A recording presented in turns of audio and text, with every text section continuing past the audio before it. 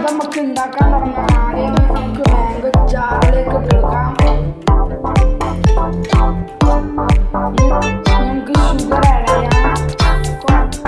ഇത് ഇഷ്ടത്തിന് മതി നമുക്ക്. ഇനി നമുക്ക് ഒരു 4 ഗ്ലാസ് വെള്ളം മാത്രം ഇതിലേക്ക് കഴിക്കാം.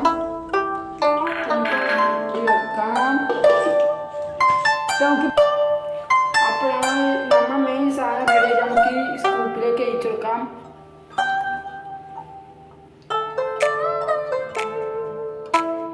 ഈ സാധനം നമ്മൾ ഇതിന് കുത്താൻ പോകുന്നത് ഇതിൻ്റെ കൂടെ തന്നെ കിട്ടിയതാണ്. ഈ സ്റ്റിക്ക് ഓരോന്ന് നമുക്ക് ഇതിലേക്ക് ഒരു ഫ്രിഡ്ജ് തുറക്കാം. നമുക്ക് ഈ ഫ്രീസറിൽ വെക്കാം.